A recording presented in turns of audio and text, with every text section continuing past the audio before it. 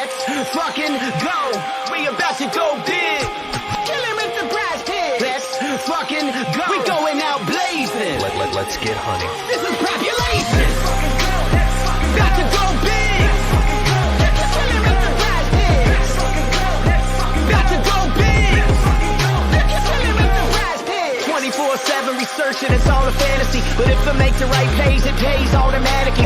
Bankroll showing that I know it goes strategy. On a winning streak, I'm stacking a dose of the bookies, all get mad at me. Confident with how it plays, not clicking on a flex today. 10 times the money, and we all about to get paid. Eric and Josh on the stream, they be killing it. Never gonna stop it, I like if you feeling it. Picking the players, they all never time. You can't make up your mind and just go with your gut. Fantasizing, Sasha Cloud. Gabby Williams said, watch your mouth. They won and they two, I played the over, they come through. Jackie Young and Kelsey Plum, pick them both, we stacking them. Going big to the maximum, just push them in, we cashing them. Let's fucking go. We about to go big. Kill him with the PrizePicks. Let's fucking go. We going out blazing. This is population. About to go big. Kill him with the PrizePicks. About to go big. Kill him with the PrizePicks. We about to go big. This is the game. We going out blazing. Let's get hunting. This is population. About to go big. Kill him with the PrizePicks. About to go big. Kill him with the PrizePicks.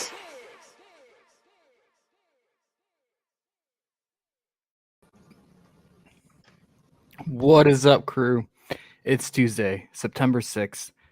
We got game 4 in semifinals in both games, and we're feeling really good about this one. So we have the 4-man crew here.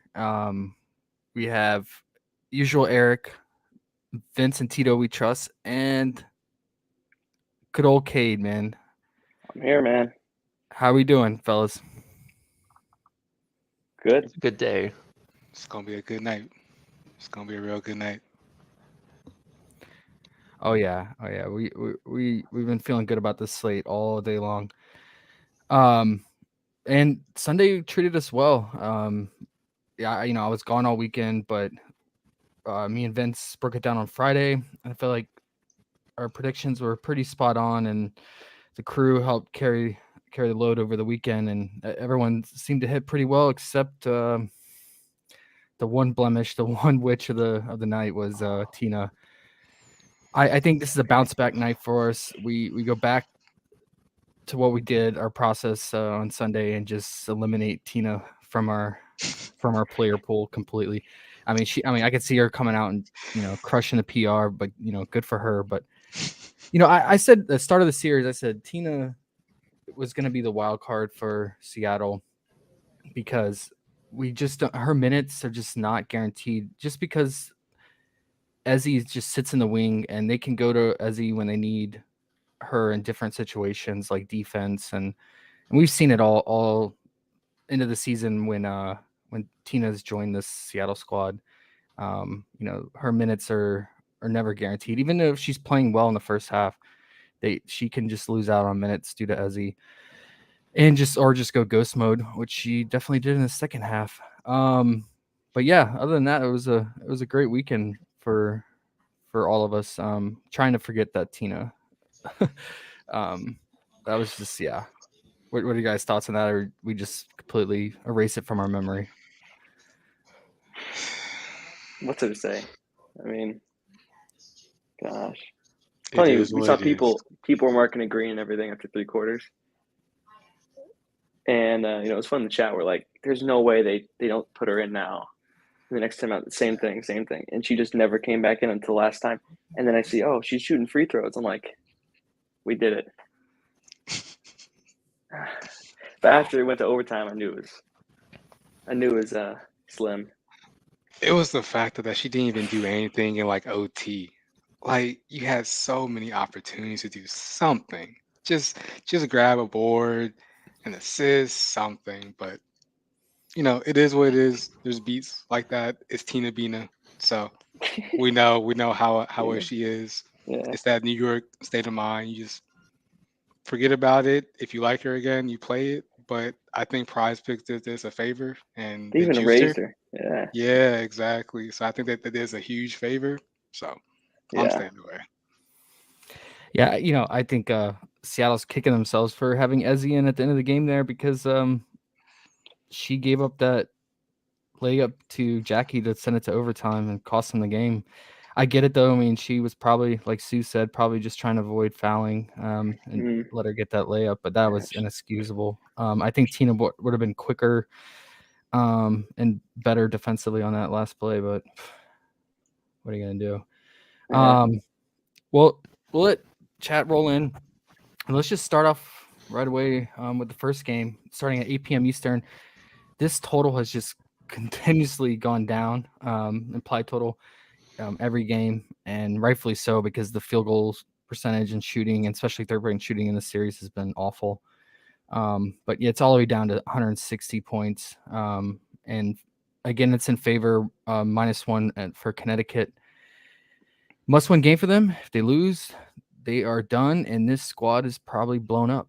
I've already made it clear that this is the last dance for them. They've made it, like I said in the past, they've made it to the semifinals in like last 3 or out of the 4 years. Gotten close every single time. And the coach said something interesting.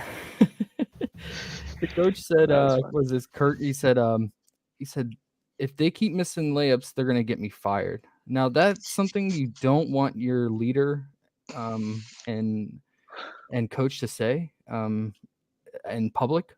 You don't. It's just something you don't say. Because yes, Connecticut, they were missing layups. AT missed so many layups. All of them were missing layups. No matter how frustrated he is, like that just shows like this team is in shambles. The confidence levels all time low. The body language, if you go back and watch that game, was just it was awful. They looked like they were just completely wiped and done for. Although they kept the game close the entire way in that game 3. But it was just a disappointing performance again for them. Coming back home, you would think they would have played it much better and pulled out the win there. They had the opportunity. They held Chicago to a low point total. They had so many opportunities to pull away there, and they just didn't do it. I think overall as a team, they're just not there. Before we dive into the player by player and targets here, what is your guys' overall game theory here? Do you guys think with both these games being elimination games, a must win for the home teams, do you think that Connecticut finds a way to squeak out a win and we force this into a game 5 back in Chicago? We'll start with you, Cade. Well, obviously I have a little bias because I have Sky to win the series, but I think they have a decent chance. I think they probably 55, 60% chance. And I think the game theory is pretty clear. The coach is not hiding it. They basically want to force as many mistakes as possible, fast breaks. They'll even give up fast breaks. They just don't want Chicago to, run the clock down and score because Connecticut's half-court defense is not that good, but their fast break defense is, pretty decent, and they do pretty well on the fast break. So they're trying to force as many turnovers, as many quick rush shots as possible. And even, it also goes both ways because they're trying to go as fast as possible. They're going to turn the ball over quite a bit as well. So I think there's a reason the total keeps going down and down, but they are favored. Vegas likes them, and I see why. I think they're going to win one of these games here. Down in the last 2 games they lost, but they've been fighting, and they just really haven't been forcing turnovers. And the other team's been shooting pretty well, so I think they could pull one out here. I think we could see a game 5.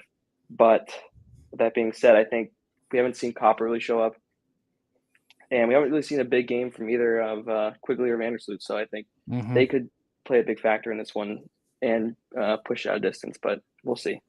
That's a very good point. Eric, what do you think? Yeah, I like that call there at the end, especially with Vandersloot and Quigley. I think honestly that Quigley is going to be probably the least involved in this matchup, and we got a couple props for her today that we'll get to. But Vandersloot's the real question mark. I think she's been really up and down, and in particular with her scoring and just kind of that will to drive. Some of the rebounding and her stats that she normally racks up really haven't been there. And, maybe this could be for her. She's coming back down to earth a little bit because, we've been on we've been riding her for a minute now in this postseason. So it kind of makes sense that, especially with her, month and a half out, she was injured, not too long ago. We have to keep that in mind. So there could be some kind of lingering things, but she really needs to step it up. And, as you said with Copper here, she's due for a big game. And I don't want to tout for taking any of her unders today, because I think that she's probably going to get worked in somehow in this offense a little bit more.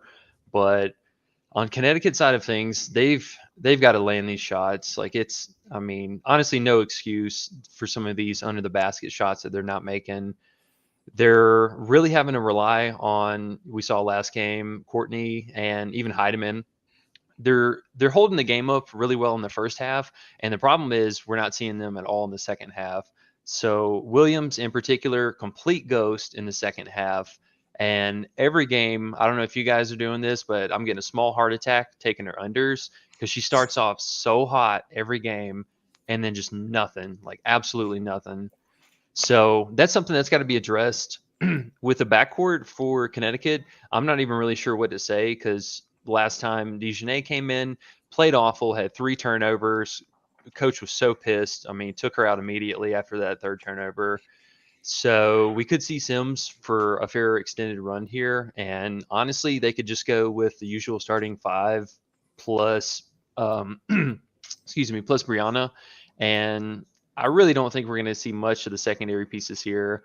It's do or die for them. Most of these players can play 40 minutes. We've seen Connecticut do that. So if this game comes down to the wire, or if somebody's playing bad at all, the starters are going to come right back in. Yep, I agree with that. What about you, Tito? Oh man, Con blew it, man. They blew it. Honestly, I think it was the 3rd or 4th quarter. Both teams just couldn't score. I mean, just couldn't put the ball inside the basket.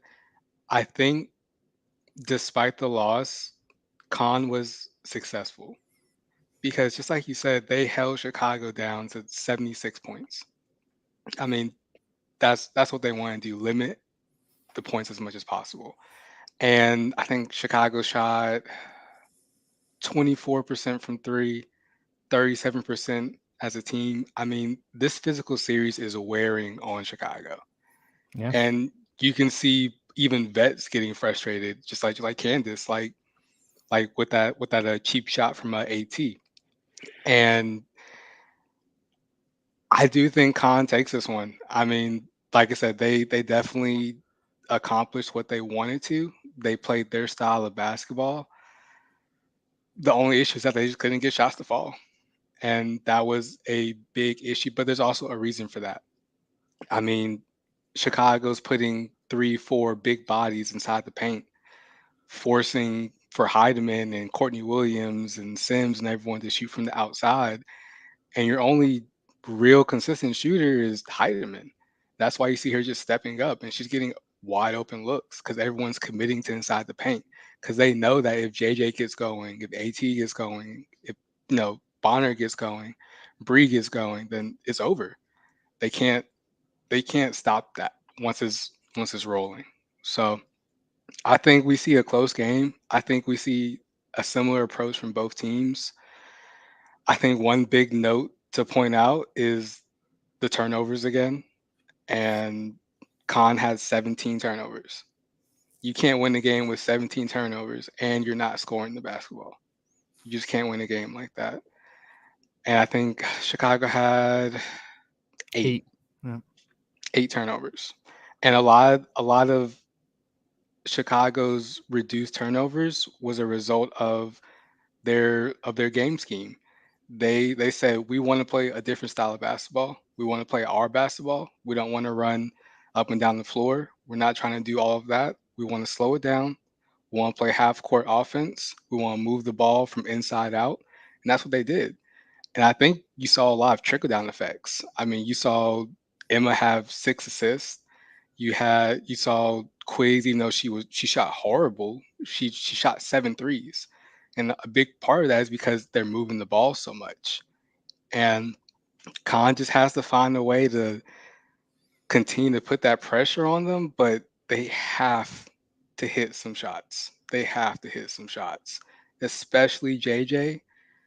The biggest issue with that is that again, she's getting double team, triple team. I mean, big bodies inside the paint. Mm-hmm. So Mm-hmm. if Khan can find a way to get the ball to her faster before that double team slides over, then they might have a chance. But I think that's going to have to be their focus is get your stars involved and get them scoring. Well, that's the problem, right? So Connecticut. All right, here's my thing with Connecticut. They lack a true leader on their team. Ever since Jasmine Thomas, for those that don't know, Jasmine Thomas was their leader on this squad. When things would go wrong, everyone would say Jasmine Thomas. They would lean on her. She was the point guard. She tore ACL before the season started. Was out for the year. Heidemann, as a result, as a third-year player, had to step in as the starting point guard. Big shoes to fill. And I think a big thing we're seeing is just like the backcourt fell apart with Jasmine being out for the season, and they had to rely so much on the front court, which it was built. This team was built really strong and for the front court. But like you said, Vince, the way that Chicago, the great coaching. I mean, that's why they won Coach of the Year. They are adjusting and they were just shutting down the inside and saying you're going to beat us from the outside because the backcourt's just not it.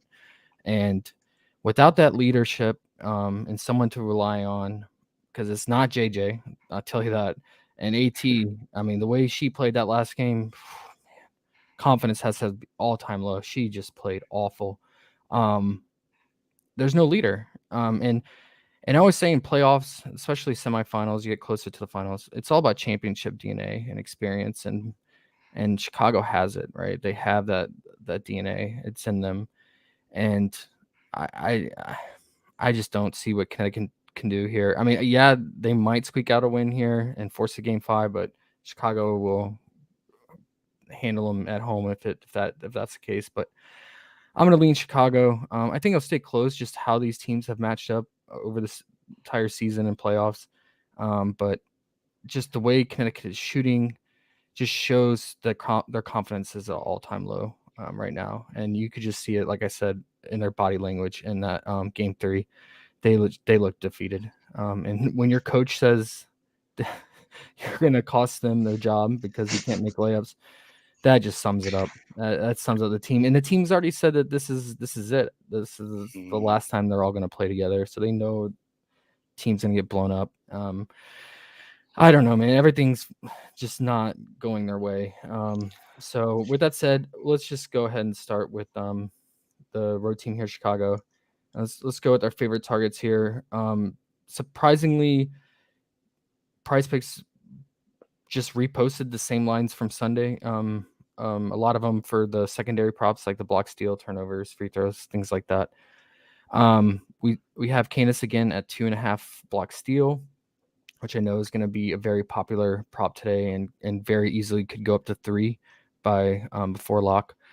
But they also juiced her fantasy full game and her first half all the way up to 22.5. That's the same as Brandon Stewart and more than Asia Wilson, which is just crazy to think about. And Vandersloot, they opened back up at 1.5 turnovers. So Eric, I know these were some of your core plays. Talk to us on some of your favorite Chicago, and then we'll go to Cade and Vince. Yeah, we're definitely going right back to Parker and the 2.5 stocks. I mean, it was our bread and butter last round, and just going back for her stats. So far, she's cleared in 11 of 13 games going back to 2021, so last season for this series against Connecticut. As Josh just hit on, Connecticut, basically, they can only shoot from the inside. They don't have any kind of exterior shots. Their defense for Chicago has adjusted really well in this matchup, and we've seen a lot of different movements from really Chicago here. I'll say they know that Emma's a huge impact on this team. She plays some of her season high minutes, and some of her usage is at a season high. She's out there on the floor for pretty much the entirety of the game, and she's handled herself really well. So I think we honestly are going right back to almost every single prop we were on last game. I think this time maybe we consider for Emma just going with the fantasy score and then taking her stocks as a hedge. And I did like the assist call, though, especially if Connecticut's going to adjust a little bit to this offense. She's probably going to try to set up between Parker or whoever's going to be the 3-point shooter a lot more often. Yeah, I'm totally with you on Emma. I think she's going to be the hardest one to figure out. We have a pretty clear path on the other key targets for Chicago, but I think Emma has so many favorable lines that you'd want access to each of them, and how you construct it in a card is key here. Like, for instance, her 1.5 block steal. I mean, she's crushing it for all the reasons you just said. With Connecticut having they force the ball inside, and just leads to more block opportunity and steal opportunities and cutting lanes. If you guys had to rank it for Emma for the family here, are we gonna say her fantasy 1, block steal 2, and assist 3? And if you're gonna play her block steal, would you play it in the same card that you play Candace's 2.5 block steal? How do you feel, Cade? I know you had some early leans on that assist. Yeah, I would say assist number 1 for me, but obviously everyone's different. For her assist, I think it's just I would prefer it the most simply because 5 of the 6 games this year with 30+ minutes against them, she's got at least she's cleared it in 5 of the 6 games when she plays 30+ minutes, which she's gonna play because she's played 32 exactly. Looks like all these starters are kind of on the exact same minutes path, no matter the game script here. And when she plays 30+ minutes, she's cleared it 14 of the last 16 games. Because when she's playing out there, they're probably playing a half court slow offense. She's a lot more involved when they're going slow than when they're going fast. And that's a key for them. Obviously, they want to make it a half court game and not a fast break game. So I think that would play into that kind of game script if that's what you think is going to happen. So I prefer the assist, but obviously I like the stocks and fantasy as well. But they got a little bump, the fantasy score especially. No, I mean the assist makes total sense. I noticed with you on that they run the high post offense through her, where she has a decision whether to take the shot or pass it to a cutter or to a wing on the 3-point shot. They definitely like running the offense through that, just because of Sloot having such a tough matchup against Courtney and others. What's your lean, Vince? On Emma, I really like. I mean, I just really like Emma in general. I think her Right. assists are really live.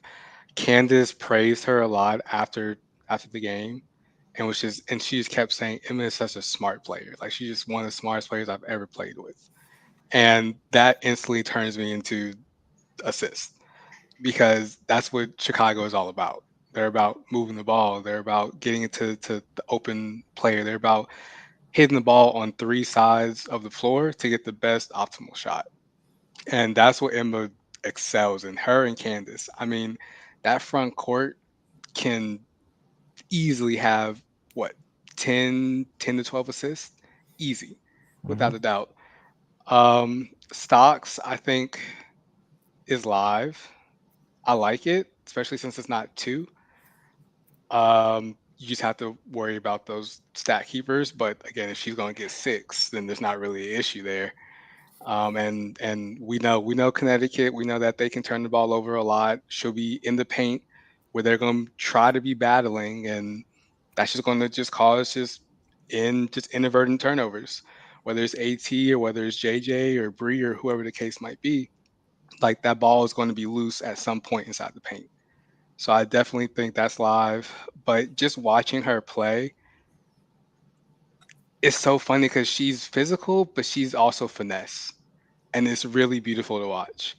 And Yeah. there was one play where they got her the ball to like her usual spot on the baseline, like a little short mid-range jumper, and instead she took the dribble, brought it in for first step, and she had a cutter coming in from the other baseline.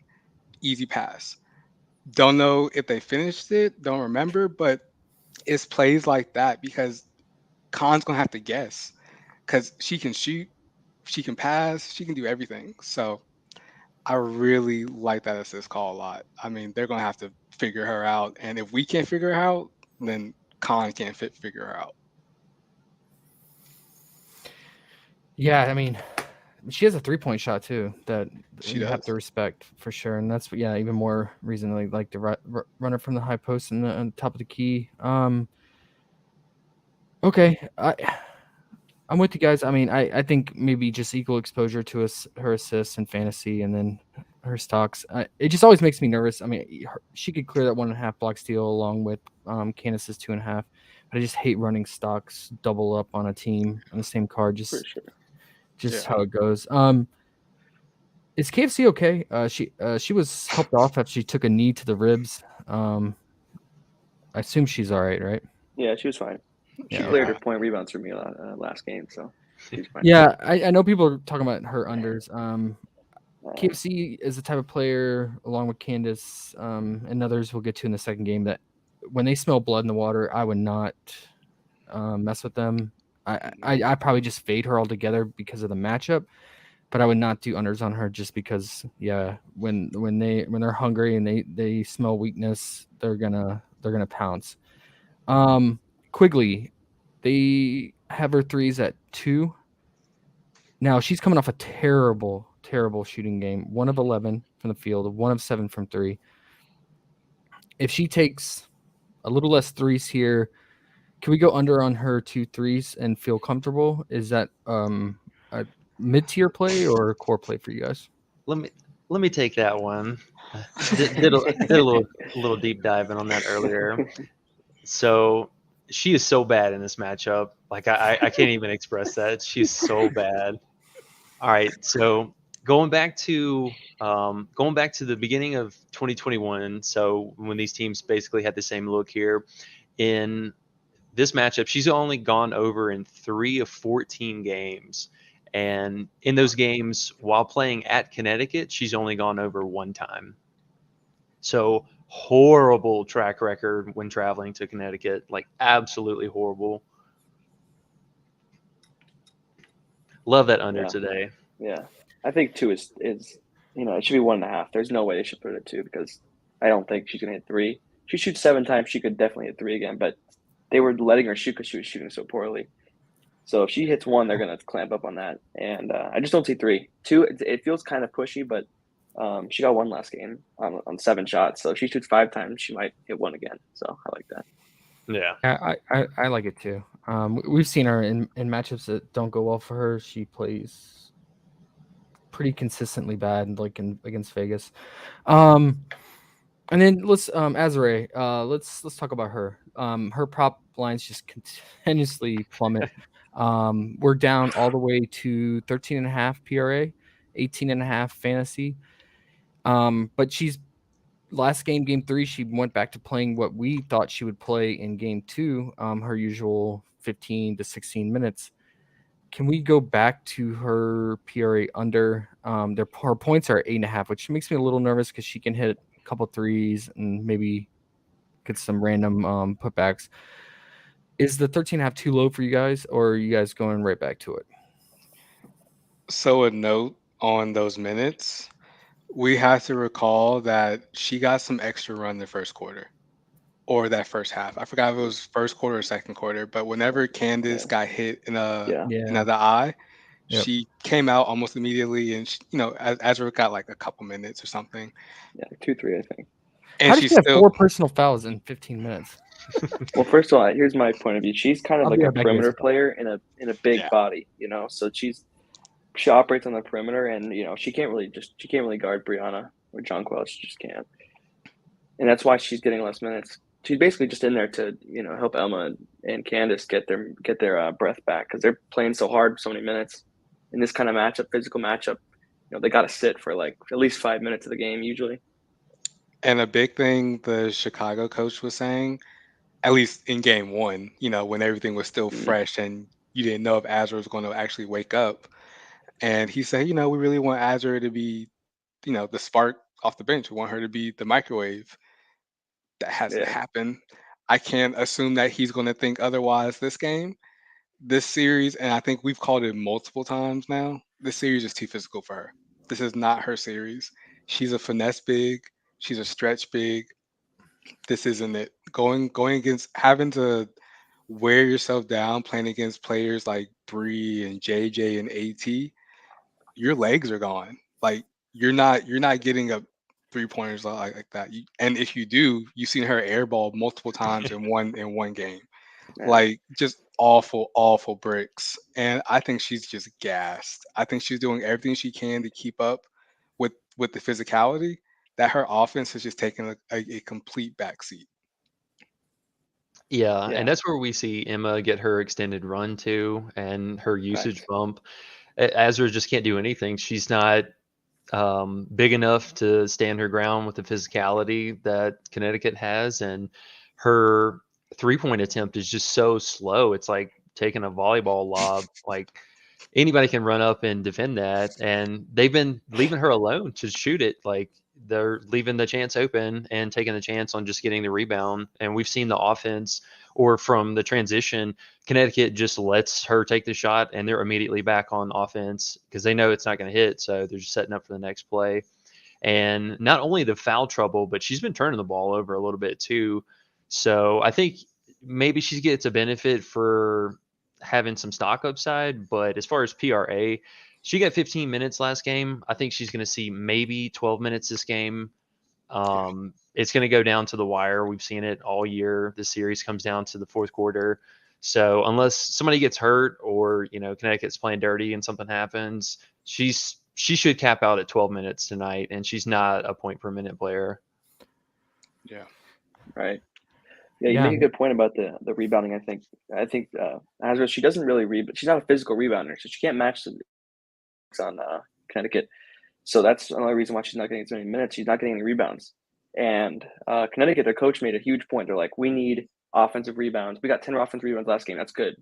And I think they got a lot of them when Azra was out there because she's just not physical enough in the paint. That's not her fault. But she's just not. This isn't a matchup for her. And as you said, 15 or fewer minutes. If you want to go into the PRA, she's played 15 or fewer minutes in 4 games this year. She's got 10 max in the game when she plays 15 minutes. She needs about 20 minutes to clear the PRA. So I think Emma over, Azra under, good correlation because Emma's going to eat into those minutes. She's just playing too good. Well, speaking of the double, Azra just went down to 12.5 PRA. Wow. Okay. Well, but the point is still the same or what? Yes. 8.5. Fantasy stayed the same as well. Yeah, so That's a little tougher. To get 3 of the behind. games that she played 15 or fewer minutes in were against Connecticut. So I think the writing's on the wall. Her minutes are going down. She's going to have to play 20 minutes. And if she's going to get that, it's going to be a complete blowout or an injury or something, which we can't really bank on in a game like this. So, yeah, I do like the under still, even with the bump. Okay. And then Vandersloot, I think we're all in agreement. Our only prop that we like for her is her 1.5 turnover. If it's still there, let's see if they're bumping as we speak. If we had to rank it before we move on to Connecticut, would we rank Candace 1 for her block steal and then Vandersloot 2 for her turnover? And then anything Emma? Yeah, I mean, I think it's not a huge gap between them. So I think, yeah, those top 3 are pretty solid, I think. Yeah. Okay. These lines are going to move, fellas, for sure. I mean, we expected it, but Yeah, no. okay. Well, let's move on to Connecticut, and then we'll catch up with chat. Oh man, I hate prop hunting for Connecticut. Okay. Ones that stood out to me would probably be Bonner's 1.5 turnover. She's just been a turnover machine in this matchup. The one game she didn't go over that 1.5 was the game that she played really low minutes and had a really low usage rate, like abnormal amount. It was just a weird game for her. And then probably consider some unders on JJ. Now, the only thing that concerns me is they bumped it down to 14.5. She didn't play the last 4 minutes. I mean, she checked in for like the last minute, but again, the coach is just like seems done with her, and her minutes are just like all over the place. How do you not play in a game where it's like less than 5-point differential?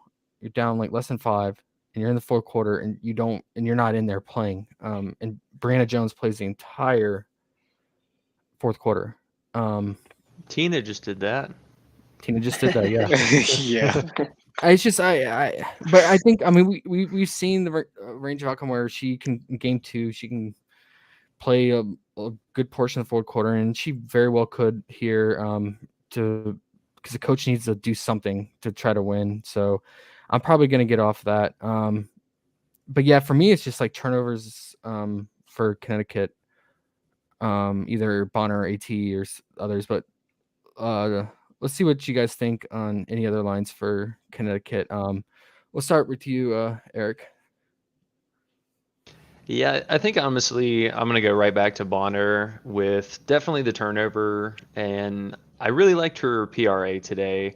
She's been 7 of 7 going back to 2020 season. So I actually forgot that the last time whenever I was looking at my research. I didn't look back another season. So she's 100% when playing at home in this series against Chicago. And those are with mostly regular games. In the postseason, it's pretty solidified. Um, some of her assists have been a little bit up and down, and like I know her perimeter stats are can be somewhat disappointing, but especially at home in this series so far, she's gotten 3 assists on average, and the rebounding potential we've seen go up to a double double. So between that and her points, she's had ceiling effort and ceiling field goal made. Sky's the limit for her today, but it is Bonner. I think that she's really the key piece in keeping this game close because we saw her pop off last game and on game 1 when we were there ready, and she kept the team afloat. She won it for them honestly game 1, and she's been a little slow to start. And I know folks crack me up in chat all the time with her first quarter run. They're like, "Oh, she's not doing anything." Yeah. That's not her thing. Like she gets going after the little ones check out and they go big. So just keep that in mind. It's always going to be a slow start, but she's definitely one of the backbone and I think wild cards of this offense. And they have to get the ball into her hands more. I know So I agree.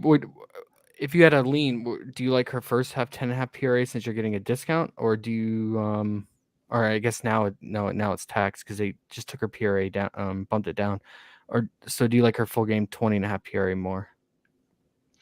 I'm going to honestly have really even exposure between the turnover, the first half PRA, and her full game PRA.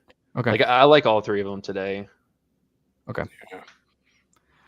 Okay, talk to me about Alyssa Thomas turnover. Alyssa Thomas. She's second in command for the witch community here in WNBA.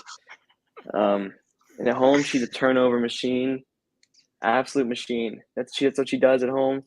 She's actually got 2+ turnovers in 19 of the 21 home games this season, and 25 of 30 games when she plays 30+ minutes, which she will play because their back's against the wall. They're going to play her like 41 minutes, even though it's 40 minutes in regulation. She will play 41 minutes. I love the turnovers because she doesn't know what she's doing out there. And they're, as I said, they're trying to force as many mistakes for Chicago as possible. And in doing that, they're making mistakes themselves and they're throwing bad passes. And I think when some of you guys said it, they want her to like go on the fast break more and facilitate more on the fast break, which is going to cause more turnovers as well. Most of the time, she's also like she'll go for a rebound or a loose ball and then get tied up, and then it'll be a turnover for her because she loses a jump ball to like Emma, Candace, etc. So I think at least 2. I mean, she's going to get at least 2. There's no way she's going to get two turnovers here.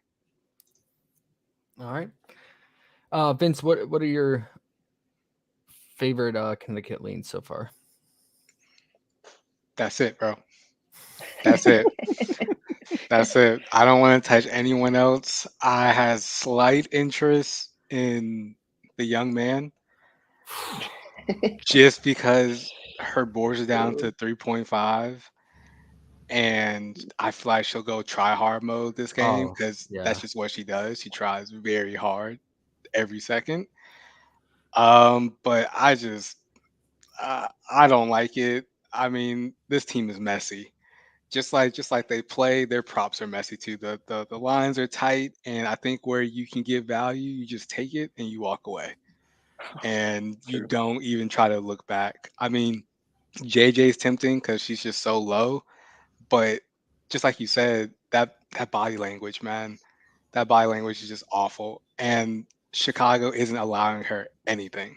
Mm-mm. Not a single thing. Like literally every possession, no matter how fast they get her the ball, two bodies on her. Doesn't matter if it's a smaller body or not, two bodies on her. And she just looks like she's frustrated. She's over it. No. But I do agree with Eric. Bonner is definitely the X factor. Yeah. They said this game one. They said this before game one actually. And you can see why. I mean, Chicago doesn't have the backcourt size to contain Bonner. She's too linky, she's too tall. She's on Copper for most of the game, I think. So, and I mean, Copper's a good defender, but when you have that many inches over a defender, it's tough, and So they have to foul you. So real fast on that, while she's on defense, she's covering Copper, but during the transition, she's seeing Quigley a ton of the game here, and Quigley's Perfect. not doing anything to slow Oh her yeah, down. that's even better. Yeah. That's even better. It's a good point. Yeah, I noticed that too. Um, I guess one honorable mention. eh, JJ's down all the way down to 1.5 free throws. If you believe if this is anything like NBA, which we know like NBA playoffs, refs will try somewhat, not like blatantly, but they will try to favor somewhat towards the team that's needs a win to extend the series because obviously more revenue, more games. It's at home in Connecticut, 1.5 free throws. If she plays in minutes in the fourth, which is not guaranteed, but if she does, and like Vince is saying, she's getting doubled down low. 1.5 is crazy low for her. I mean, we've seen it at 2.5 to 3.5 all season long. But Chicago, they are very disciplined and they don't foul. But I mean, 1.5 is just one trip and she hits them both, right? So I don't know if you're fishing for something, but I think with all the props we have for Chicago and all the props we have for the late night hammer game, it just doesn't seem worth these fringe Connecticut plays. But yeah, I think Bonner and AT are definitely considered to top plays it, especially if you're doing a card just with the first game. Yeah, I think you just have to limit your risk as much as possible. And JJ's already losing minutes. She's already getting covered. It's just a tough time for her right now. She's frustrated, but on top of that, you'll have to go against the refs too. Yeah. And that's just two battles that I don't want to take on in one night. Nope. For I'd sure. rather just trust these like really nice value plays and just call it a day. Yeah, For sure. Yeah, If this is it for and Connecticut, the series has treated us pretty well. I feel like this is it for them. You know, I will say that they've been rocky all year, but I think they've given us a good few games here at the end of the season. So Oh yeah. yeah, and I think that Josh hit it on it game one that in this series the refs are not calling fouls like at all. They are letting them play. Anything that's happening is being caught on the replay and through the comments afterwards. But for the most part, they're just letting them play. So Yeah.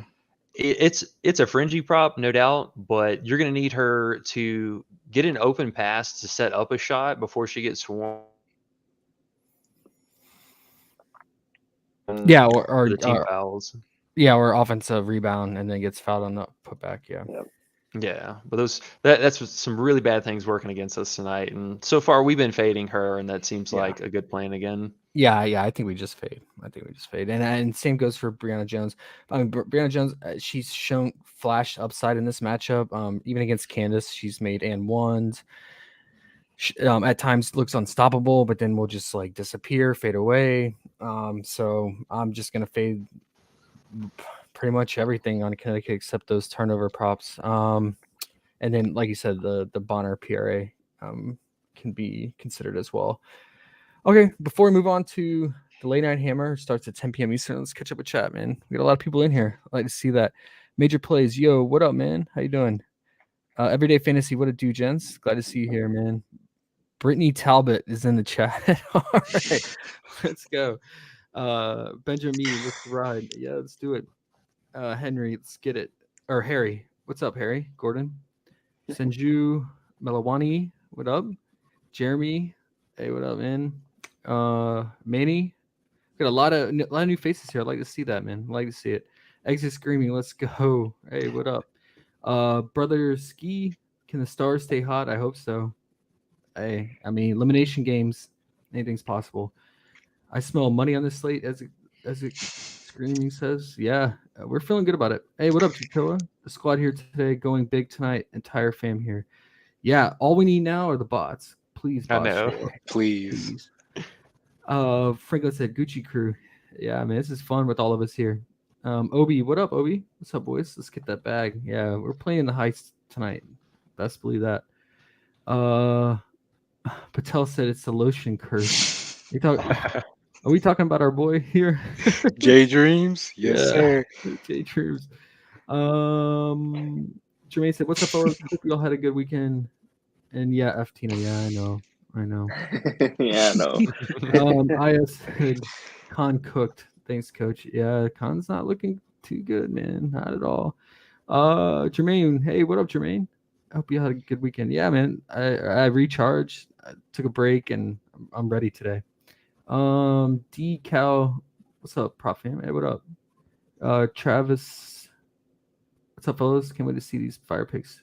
Yeah, we're gonna do a couple. Since there's 4 of us, we'll do a couple team stream cards at the end. We've been on fire. Minus Tina in the last one. That one hurt. Yeah, I That know. one We hurt. would have been 5-5 again. Jamie Giant said Emma PA, and Cummings agrees on that. Let's look at her PA. Is it a straight edition? Let's see.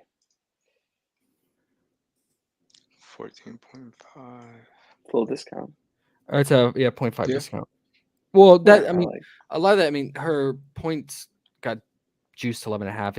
And all season long, it's been at like 10.5. So, but yeah, you're getting a discount on it. Oh yeah, I mean, I like all Emma here. I mean, her rebound potential is still alive. So if you wanted a PRA or a fantasy, I get it. And then obviously your block, steal, and assist. I think you just gotta with Emma just get decent equal distribution exposure across all her prop lines. It makes the most sense. Not stick to one for her. William said run Emma PA with Candace stocks. I like it. Solid correlation there. James said believe the gospel. Come to Christ and be saved. All right. Preach. Yeah, preach. I'm not mad at it. Hey, take all the good luck we can. Miller time. Hey, what up, Miller time? Usual. Feel there's so many good options to even take a chance on Azure. Yeah. Yeah, it's true. fair Now point. that it's bumped, I mean the process. Yeah. Like the guys broke it down perfect. I mean the process is there. It makes complete sense. But there are still a lot of good props on the board. I would say if things start to change and things start to get bumped and moved, and we start to get more limited board, yeah, you can start to court more. But I get it. Jason said, "Thanks, James. If I believe, will PrizePicks pay out more?" Yeah, makes sense. Search and destroy. People watch the WNBA. Oh, watch it 3 to 4 times a day on repeat. Bro, WNBA is fire. Yeah, it's the Y'all best, dude. sleeping. Yeah, It's super underrated. It's crazy. I mean, hey, dude, these arenas are selling out during these playoffs, man. Man. Yeah, man. Even Connecticut, it was a packed arena. They were going nuts. These ladies are playing hard, except for Tina. But Hardly Yeah, playing. and Tina and JJ. Floyd said Eric Fire. Yeah. Hey, what's up, dude? Jeremy said I would love to watch these guys react to Slap League. All right. Okay. Hey, they put it on Okay. PrizePicks. I'm game. I'm telling you right now. Yeah, why not? bonus content.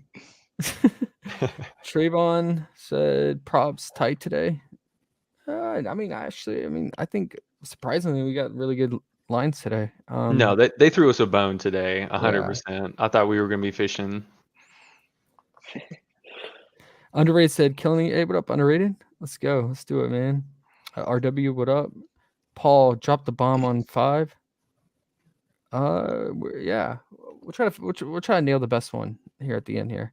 Todd said, "Are we making a community slip for sure at the end here? We like to go game by game and break it down, get our thoughts because we're also. I mean, yes, we discuss amongst ourselves on Discord, but we I think this brainstorm out loud, just talking together, really helps narrow down our favorite plays even more so, especially the game by game breakdown. Cameron said, "Hey, can you guys make an underdog 5-man?" Oh yeah, we can do that, especially with Kate here, and I know Vince messes around with underdog. I don't play underdog at all, but we'll let those two handle that at the end for sure. William said, "Somebody calling HR for Courtney." Yeah, She's gone. She's gone after she's the gone. She'll series. probably start another fight with their own teammate. The young man Um, is toast. yeah, he's toast. Sean said, "Car payment due today, fellas. Need a good 5." Oh man, hey, that's a better excuse than child support. Or lotion. All right, yeah, I can get behind that, man. Lorenza, Jackie points dropped since this morning. All right, we'll look into that. Thanks, Lorenza. Cameron said thanks. All right, guys, we're caught up. Glad you guys are all here. Wow. Let's on that note, let's dive into the road team Vegas here. Okay, I got a question for you guys. I went back and watched that game twice now, because I missed it over the weekend. Did Asia travel at the end? Yes. 100%. 100%. They would never call that. They'd never call that in a I game know, like that. I know, because it's Nah, they Asia. won't call that. Yeah, And there was contact on it too, so they're not Yeah, gonna call that. I agree. Maybe it was a good no call, but she traveled. But the coach is highly unprofessional for bringing it up Yeah, like you that. can't. That's sounds so petty I and mean, like excuses. Just yeah, I mean, coaches complain about calls all the time, but in that manner, at that time, it was like, you gotta chill. You gotta chill. I don't think it was. I don't think it was cut and dry. Like she traveled 100,000. Like it was 5 steps. I mean, it's not like everyone in the world agrees with you. So if it's like they stepped out of bounds and the replay shows it, and it's like they didn't call it, okay. But Yeah. I feel like it's Yeah. more than It worked out for the best because I think that game ended as probably the best WNBA game of the year. I mean, it was phenomenal. It was awesome. Great game. Oh man.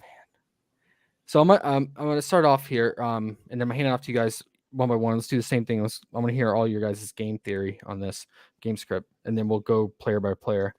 But for me, I mean, Vegas, they definitely stole one here. Even though they were up, they had a 15-point lead. Seattle climbed back and regained the lead, and I mean, should have won there at the end and blown coverage at the end.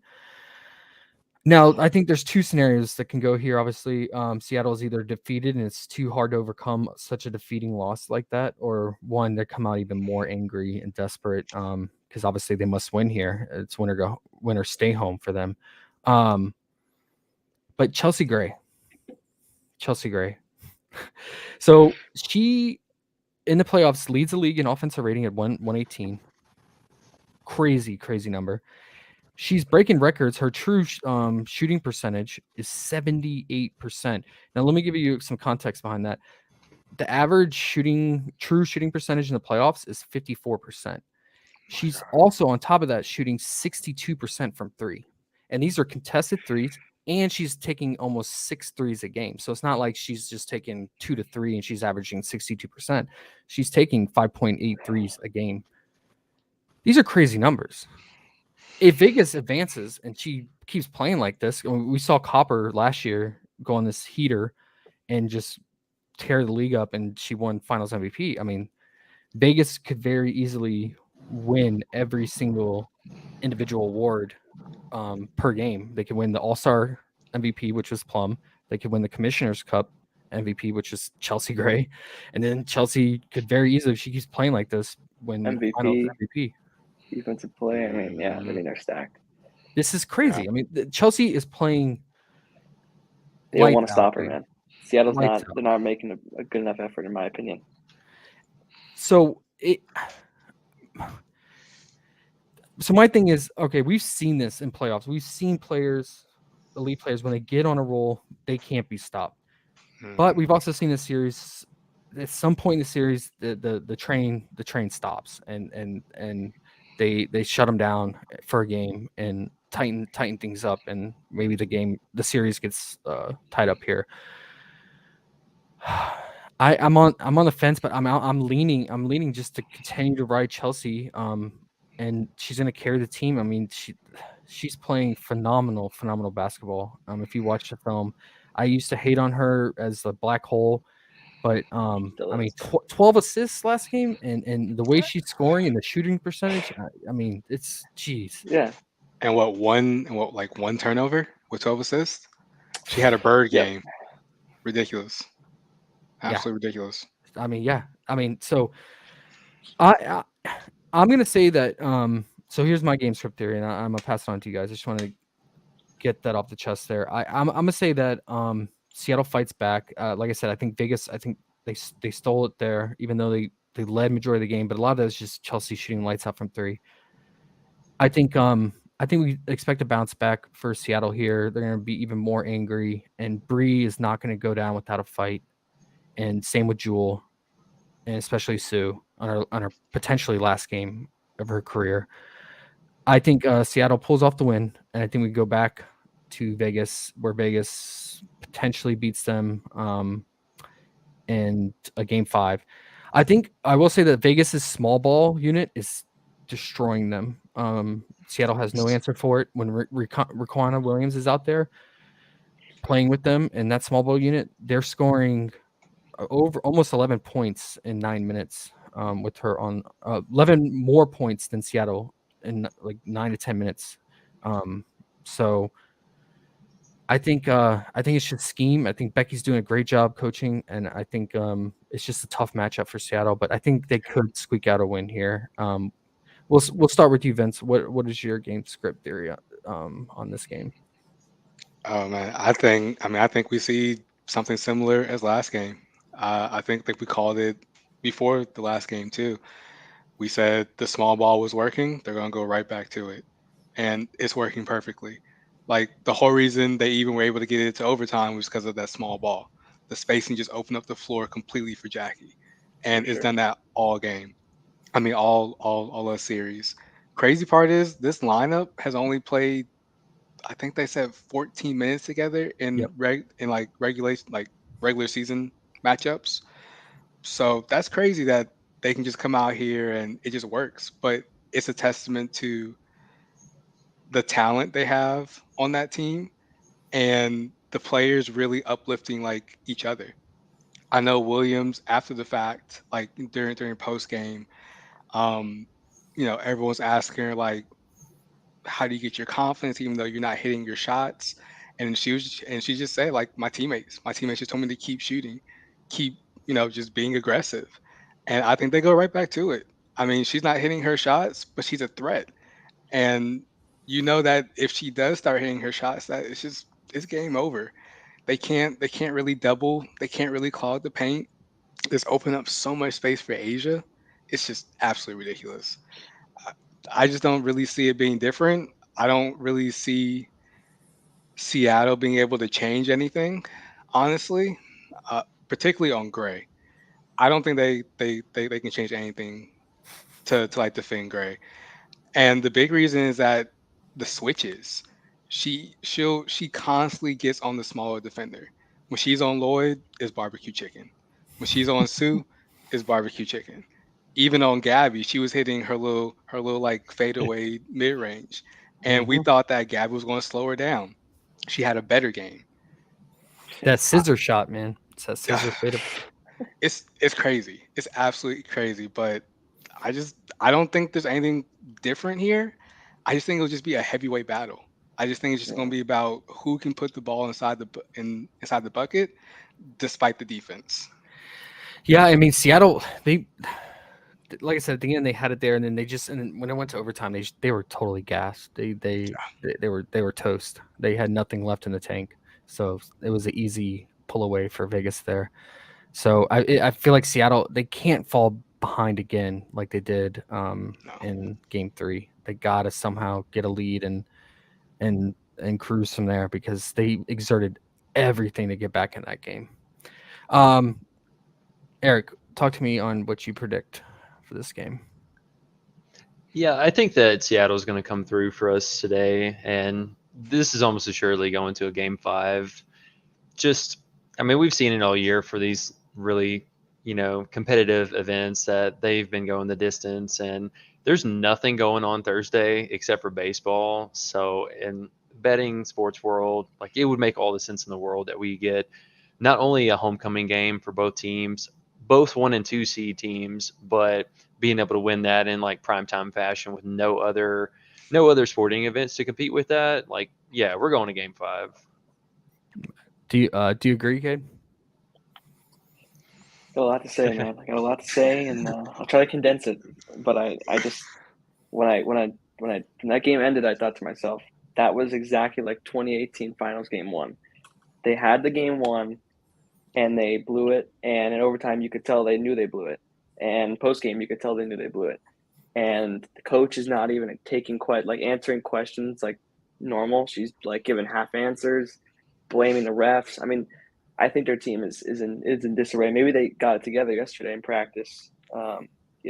24 hours rest on it, but I don't know. I think they got to come out strong in the first half. So if they're going to win this game, they're going to need to win the first half and by about 5 points at least, I think, which I think they will do.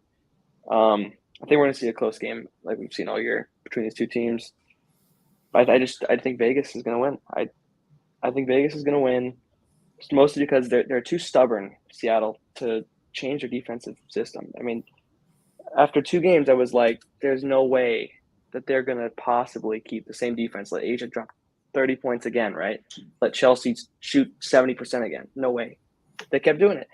So that's why game 3, I'm like, this has to be a game where someone like Plum or Jackie shows up, drops 20 points. Like, no, they're going to keep letting this happen because they keep losing by this much, and they keep thinking, well, I mean, we almost did it. We should have won it. We blew it ourselves. It's not the defense's fault. But the thing is, Becky's an NBA coach. She knows I'm not going to hate on the Seattle coach. I think Seattle coach is pretty good. I have a lot of respect for her, but I think Becky's just another level. And we showed at the end of the game. They even showed in the huddle her play calls and stuff. It's just amazing to watch. That was awesome, right? Like anyone who watched that, or if you didn't see it, they had an open mic, and you can hear her setting the play for Jackie on that game tying play. What was like 0.7 seconds left, and you can hear her go over the play, and then immediately after watch Jackie execute the play. It was awesome. Most important thing to me is I don't think it's really Ezzy's fault, because Gabby was on Jackie on that play I believe, if I remember correctly, and they ran that same action. They ran the 2 plays earlier where they got a 3, and then Asia got that play where she traveled. That was the same action. This time Jackie went underneath, and they totally fell for it because they ran the same thing the first 2 times. So they switched it up, and they weren't predicting it. So Ezzy had to switch on her late. Jackie got the pass in time, hit the shot, and I think that was it acted like it was a lot of time because she got the ball right at the hoop, but she was moving so fast you would have thought she caught the ball a second earlier. So I don't really blame Ezzy for that. I don't think she should have been in the game personally, but I don't think it was her fault they scored there. Yeah, I know. I'm with you. It was well executed, and you know who made the pass, right? Chelsea. Oh yeah, it's amazing. If you look at that play, they have literally. There's no reason that they should have switched there, other than the fact that they were totally fooled by the game. What's it called? The play there, because it was just amazing. Becky was just running circles around them at the end there, and what a game it was! Seriously, what a game! Yeah, legendary game for sure. All time classic there. And if they win the championship, that'll be a game they look back to, and they say, well, this is the shot that saved our season. Probably, especially if it goes to a game 5. That's very true. That's a really good point. That's something you build momentum and look back on for sure, and lean on going forward. It's a good point. Sure. Okay, well let's dive into the visiting team in Vegas here. Asia Wilson played the entire game. She played for 40 minutes of regulation, and she played 5 minutes of the entire overtime. So she played 45 minutes. 7 active players. 7. That's amazing. That's crazy. Andy played 3 minutes. Yeah, it's crazy. Great. I was expecting more, but I mean, but and her fantasy is still at her fantasy didn't move, right? It's at 42.5. It was at 42.5 last game. I think a player that is so crucial to the team and also being a center and gonna average over a fantasy point per minute, it just makes total sense to go right back to the fantasy here. I know her free throws being at 3.5 is in play, but you got to rely on the refs, and you got to there's a possibility the refs favor the home team in Seattle and try to extend the series. Maybe she gets a little less calls. You never know. Because, I mean, she's not a guaranteed bucket at the free throw line. We've seen her go to the line and make just one of the two or even miss both. So, I think just due to sheer minutes, I mean, Becky is leaning on her so much. I think you got to go with fantasy for her. And then Chelsea, her point prop got juiced. Her assists are up to 6.5. Everything else got juiced. I mean, yeah, her fantasy went up by 3 since the start of the series. She opened at 30.5 and now it's at 33.5. But since she's going to get everything done stat wise and fill the line, I think you just go to her fantasy as well, in my opinion. Those are my two leans. Curious to see what you guys think for Vegas, and we can start with you, Eric. Yeah, my favorite prop didn't change for her. It's that 2 free throws made, going with the under. So even though she's had an insane clip and shot volume, most of that is coming from fairly beyond the arc, or if not, like at the top of the key. So she's not driving. She's not trying to get inside and scrap. She's setting her shots up to get a clean look every time. And unless there's some kind of, crazy 3-point foul that somebody jumped on top of her, she's not going to the line in this matchup. Just going back to going back for 4 seasons now in this matchup, when traveling to Seattle, she has not even cleared one, or she hasn't gone for more than 1 free throw ever. So huge track record, like I think it was like 18 games or something like that. She's never gone over that. And it was something that I was fairly high on last game and felt pretty good about. And now, just after seeing that performance, and with the last game prior to that, she had 0 free throw attempts as well. So that's back-to-back games with no attempts, no free throws made. I think this is a good prop for us that hasn't changed. It might feel like a risky one, but looking back at it, it was a pretty good option. I like that call. I really do. I I think this year she shot 1 free throw in 5 away games. So yeah. Yeah. And I think to your point too, we can go back to just how she plays. She looks for those switches. She looks for like those mismatches. And most of the time she's fading away. A lot of times you're not going to get a call from a fadeaway shot. I mean, you're already in just a weird shooting motion. It's just not going to happen. So that's really going to limit her. And the small defender just can't reach her. Like they're just too small. So I think that's a really good point with her under free throws. yeah, because when she's shooting like this, she's not going to the paint. She's either when they're doing a switch, she's either passing to because they're gonna have a mismatch both ways there usually.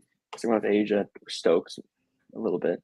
That's how Asia's been scoring a lot. Is they've been doing that pick and roll and they always get a switch. Yeah. So she's either shooting the mid range or a 3-pointer, or she's dishing in the paint. She's not going to the paint herself. Seattle's not letting her go to the paint, so I don't see how she's going to get 3 free throws, and let alone make them all. So I do like the call a lot. I guess I agree with you guys on that process 100%. I guess there's the one possibility that Vegas has a small lead going towards the end of the game and she's getting hacked on ice free throws. But yeah, but I don't think she's their finisher for free throws. I think they'd No, rather have the ball on Plum. she's the inbounder. She won't be Yeah, on she's the the board. inbounder, right? So yeah. I mean, you never know. They just, yeah. inbounds Tina, and it gets passed Tina back got free to you. throws, so we don't know. Yeah, the only way she's getting to the line that we've seen all year is when Young and Plum are off the floor and she's shooting for a tech. That's the only way. Yeah, That's yeah. true. That's true. That's a good point. Or she gets fouled on 3-pointer, which is just extremely rare, especially for Yeah. a team that's so fundamentally good like Seattle. Just don't Exactly. see it happening. Yeah, no, I'm behind it. I like both. I'll probably exposure to both. The under free throw and fantasy over. And for you guys, for Asia, are you guys sticking with her free throws or her fantasy? Oh, fantasy. I think All the I way. like them both with fantasy. Yeah. Yeah. Okay. And then what are you guys doing with Jackie and Plum? Jackie's points are down to 13.5. You already lowered them. Yeah. Yeah. It makes sense. She's basically out there to stretch the floor. And when they're running the small ball, Stu has to guard her out there, or they basically have to. They can't really double Asia at all when they have that small ball lineup out there, and that's how they close the game usually. That lineup, so she's just not scoring a lot because they're not asking her to score. They're asking her to play great defense, make the right pass, and just make the right play in general. And that's why you saw her get that shot at the end of regulation to tie it. because she wasn't scoring the whole game. I mean, Seattle's not really even playing her like she's a scorer. They're playing her like she's just like a cone out there, and that's how they were able to get her open because they thought there's no way that they're gonna give her the ball there. There's no way. Which is Mhm. just genius coaching, I think. Yeah. So yeah, No, yeah. under points are definitely live. She will get rebounds. She will get assists. She might Right, get right, stops. right. So Yeah. points probably the best under here. Yeah, but yeah, Yeah. Sad as it makes me to say. I know. But like you said, you laid it out perfectly. Points are the best way if you want to take it under, in my opinion. They just added to the board. This wasn't on here earlier before we went live. They added Plum's turnovers at 2. What are your guys' thoughts on that? Kind of a 50-50. She's not really getting the. I mean, Chelsea's basically been dominating the workload with the ball, Yeah, and when Yeah. Plum gets the ball, she's putting her head down and shooting. She's not really Yeah, facilitating. I know that's the she got a bunch problem. of assists last game, Yeah. but all of Vegas was getting assists last game. Yeah. So yeah. I definitely think Plum has made a point, especially after game 1, Oh yeah. to be highly more efficient. And that's what we've seen. Yeah, her shot is struggling a little bit, but we've seen her attacking the basket more. We For see sure. her passing the ball up more. We see her doing a lot more off-ball movement more. So the ball is just not in her hands enough now for that 2 Yeah. turnovers to feel safe. Even her 3-point prop is down to 2.5, which is the lowest it's been in like forever. Because they know she's not really shooting threes. Seattle's not going to let her shoot the 3. They're Yeah. daring her to drive. She's been doing it. Pretty decent job at it, so she's going to keep doing it, I think. Yeah. Yeah, I so mean, turnovers, I think it's just kind of risky. I mean, she shot 1 of 8 from 3 last game. I for me, all her lines now being dropped and nerfed, like I think I'm not gonna probably take unders on it. I'm probably not gonna take overs just due to the matchup and how Chelsea has dominated the role in this series. I'm probably just gonna fade her altogether. What about you guys? Yeah, totally agree. 100%. I'm still going to go back to some unders with her. Honestly, I still like her points. Her points under. Yeah, Man, That's live. she was it getting is. dominated in this matchup. So Yeah.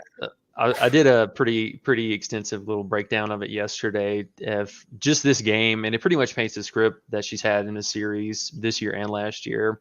So she had 1 for 8 from beyond the arc for 3-point attempts.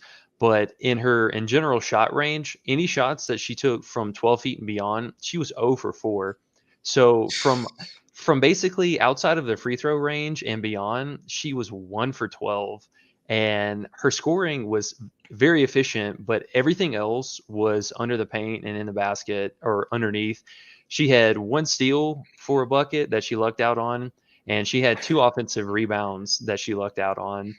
So you take away all of that and look at her score and everything after the fact, especially with overtime.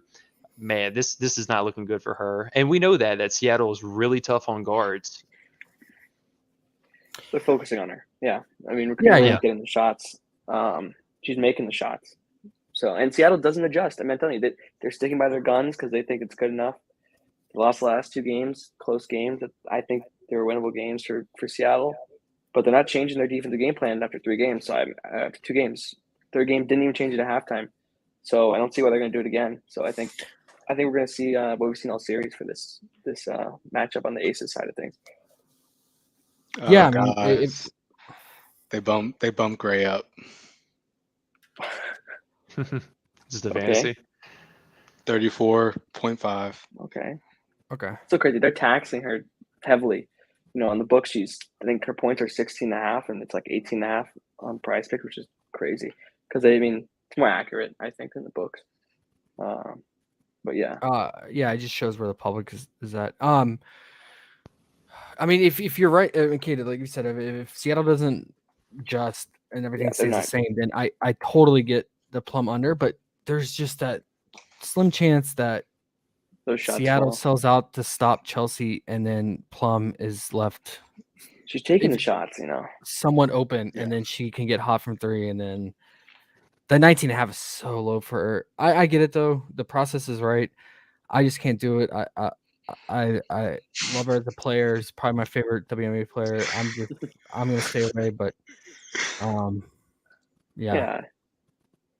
I just want to go over like her 0.5, how many times she yells at the camera after and one, because she be lit after. It's hilarious. It's hilarious.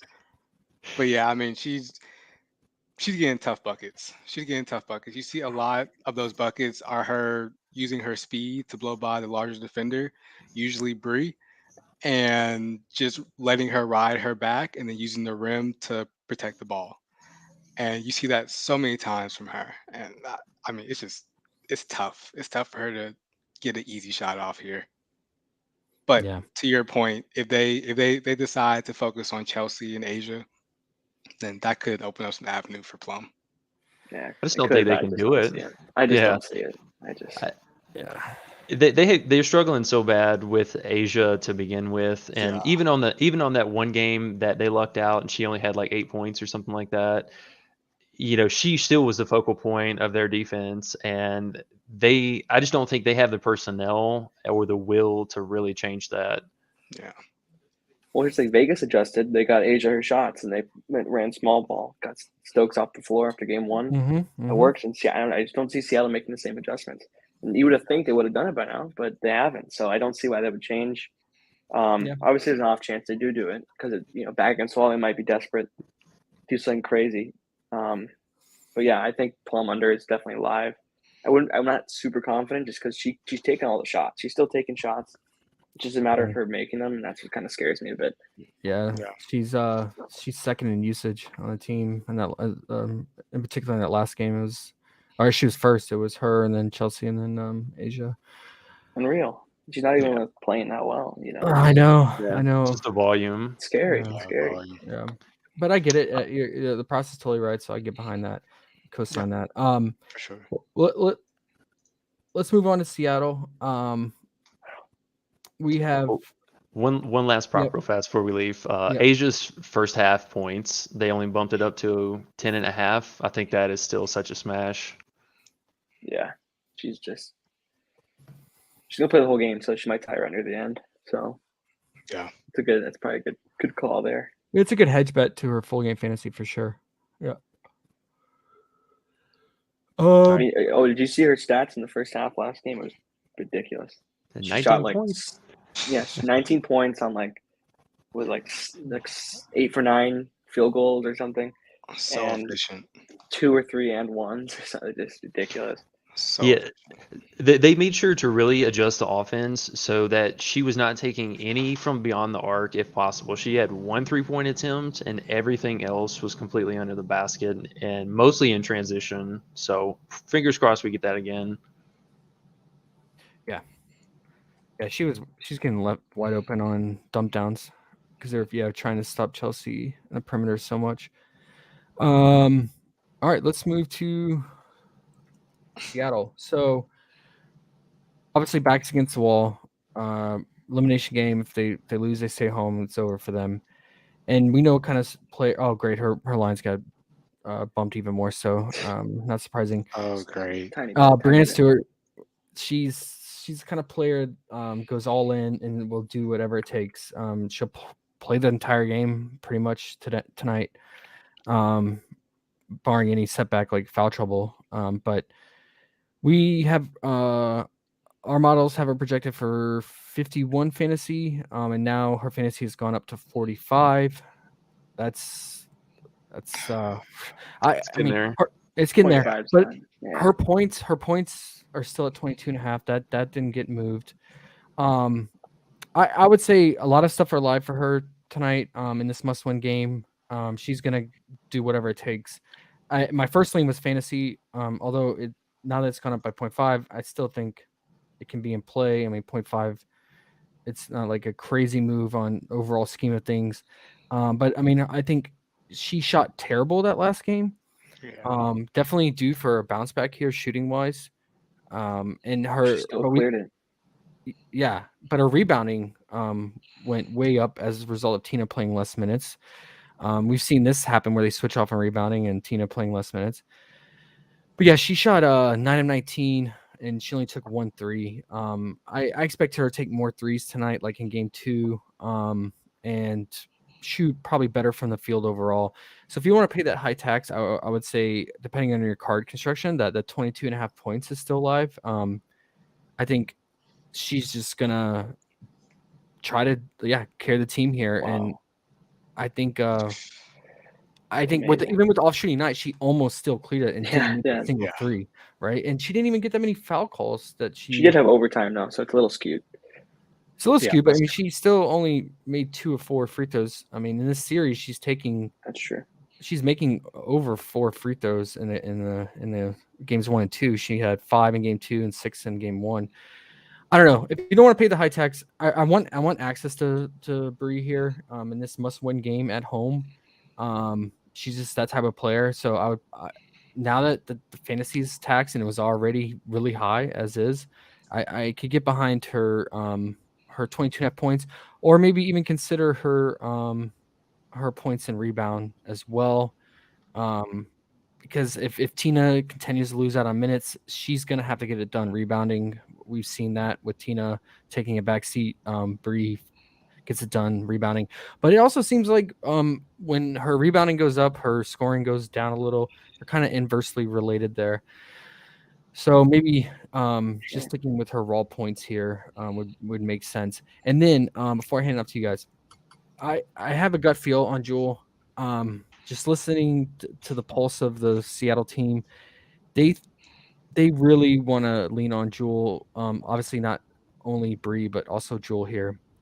If they're gonna win this game, it's got to come through Jewel too. I mean, she's been such a key part of their offense. Obviously, she has one of the most unguardable 3-point fadeaways and just fadeaway shots. We've seen her torch Vegas all year, and then she's kind of taken a dip as of the last 2 games, which is normal for Jewel. She's an up and down, hot and cold player. I just feel like she's due. She had 17 points last game. Her prop line's at 17.5. I think if you think Seattle's going to win and you're betting on Seattle to win, I think it's got to be a big reason, not only because of Bree, but because of Jewel. So I think that Jewel has a really strong outing and scores at least 20 points. That's my gut feel on that. But if I had a bet on one or the other, I mean, obviously I'm going to bet on Bree. Feel more confident in her, but Jewel is definitely needed tonight. And I think they try to get her more involved and not let Sue Bird be the one leading them in 3-point volume and scoring. That's kind of my early leans on those two. What do you guys think? We'll start with you, Cade. Yeah. So what I noticed, I said they made no adjustments. That's wrong. They did make an adjustment on offense. When Vegas run that small ball, they are going to the backdoor cut every time. That's the reason why you saw Gabby played so horribly in the first half, and at halftime they clearly made it a point. We're going to go backdoor quite a bit, and that's why Stu had 6 assists. Tina had 4 assists. That's not a mistake. That was because they're just running backdoors the whole game. It was working until Vegas kind of shut it down there in the fourth, and it was deadlocked. But yeah, so Tina, I wish you would have gone to PRA knowing that they would run that backdoor last game. But what can you do? She had 4 assists in just the third quarter because they were just collapsing on her in the paint. It worked perfectly. I think they're going to go right back to that today. So I think that's going to help Stu fantasy score a little bit. So she's probably going to get 3, 4, maybe 5 assists, which would definitely help out.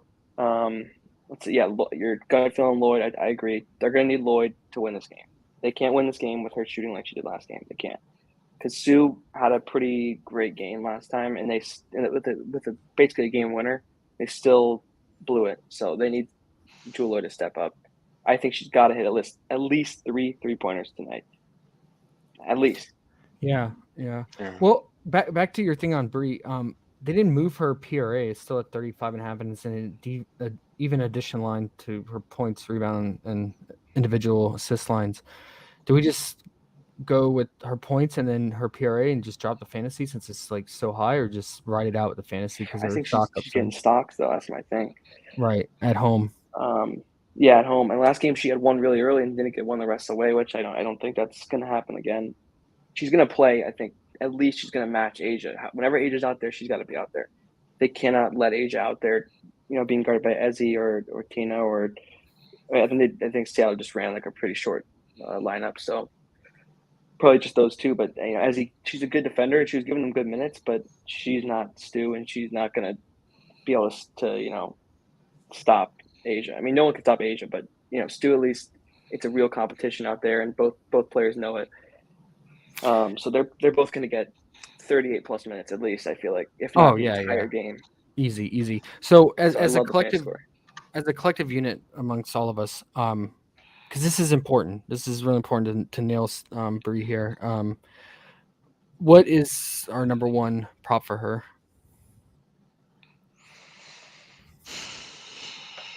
She's been clearing fantasy score. I think with her points going up and rebounds going down, and rebounds going up, points going down, she's clearing it regardless. I think you got to throw a blanket over it for sure. You got to have a blanket, I think. She's definitely going to be the focal point. And I think that also kind of helps you hedge against whatever adjustments Vegas might throw at Bree too. So if they want to shut her down scoring, then she can just pass over the smaller defender because Vegas is running small ball for most of the game. And I definitely think, now that we're kind of talking through it, I kind of like her assist even too, and pairing that with Lloyd. Yeah. I mean, if they're going to make it a point to really shut down Bree, then just like you said, Lloyd has to step up. And Bree's going to have the ball in her and Sue are going to have the ball in her hands for most of the game. They're going to be playmaking, especially if the defense is not going to collapse on Sue. That's just the thing. They're going to let Sue shoot. It is what it is. That knee is giving out. Could be Sue's final game, the light dimming down in her career here. This could be it. Yeah. So if you wanted to take her points or fantasy score, PRA or assist or anything, they're all live just because of the narrative. She hit that shot, and she sounded really disappointed about losing that game. It felt really, really hard on her, I think. Oh, how do y'all feel about Bree's turnovers? 43 minutes. Wow. I was looking at that, and I think it's kind of just up and down. I don't know. Yeah, it makes sense based on what you guys are saying game script wise, and if they're trying to shut her down and trap her more, but we know Vegas all season they don't really cause many turnovers. Yeah. I think it's a little too risky. Yeah, I was asking because I know a lot of the community was really heavy on that too. I know it's a super low line, especially now that her fantasy score is juiced. But she also, she hasn't really turned the ball over a lot either. If we really think about it, she doesn't really average a lot of turnovers. She averages below 2. It's kind of tight to me. I would stay away from that, but I think I don't want to bet against her here. I just can't do it. She is playing a bunch of minutes, so that's going for it. But I'm pretty sure when she's played 37, 38 minutes, she's cleared fantasy score every single time, I think. If not, barely missed. So I don't see any reason to not just put a blanket over everything. I think it's a blanket, either PRA or fantasy. I think just throw a blanket over it. Yeah, don't get fooled by the turnovers because there's several reasons. We haven't had this prop in a while. If you haven't noticed, we haven't had this at all. And they're posting it back after she's had these recent spike games. So it looks like it's a good prop, but it's definitely not in the track history. Looks like bait for sure. Yeah, that's a lot of bait. Yeah, exactly. All right. Well, Eric, what is your lean on Bree and Jewel? And then did you have any other Seattle props you liked? Yeah, I totally agree with Bree. I think she's a mixed bag of nuts. We don't know what she's gonna do, but she does it all. And the easiest way is just throw the blanket over the fantasy. She's gonna play at least 37 minutes tonight, I will say. If we get overtime, she's gonna play more. But Vegas only has 7 players, 6 that are active. So she's going to match every moment that Asia's going to be on the floor, like Cade said. And if both teams are do or die here, we should get some high minutes from both sides. So she's going to be out there at least for that time. Okay. I was going to say, and then Jewel, man, I don't know. I never get her right. I'm going to be totally honest. Me personally, I'm not going to touch her tonight, but I do agree with the 3 points. I know that we were on that, I believe either last game or the game before, and it was disappointing. I think she cracked an early 3 and it looks good and then just nothing, but she's got to do something in the first half. And this has been her thing all year, is that slow start, good second half, but looking at the game logs, she got 17 points, but a lot of that damage was done in the late fourth quarter and overtime. Yeah. That's Yeah. her use. That's her Yeah. use, man. Yeah, I know.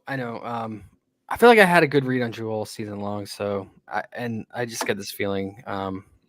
Those whispers, man. As whispers, I think she's gonna come out chucking.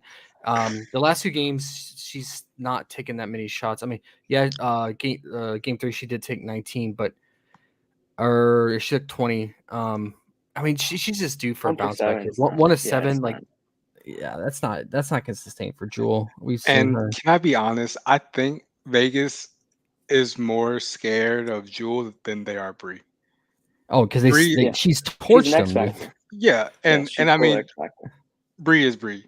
She's going to do whatever she does. She's going to fill up the Yeah. stats. She's going to kill you in one category at least. But if you let Jewel get off too, it's not going to happen. And they made it a point since game 1, ever since she went off, to shut that down.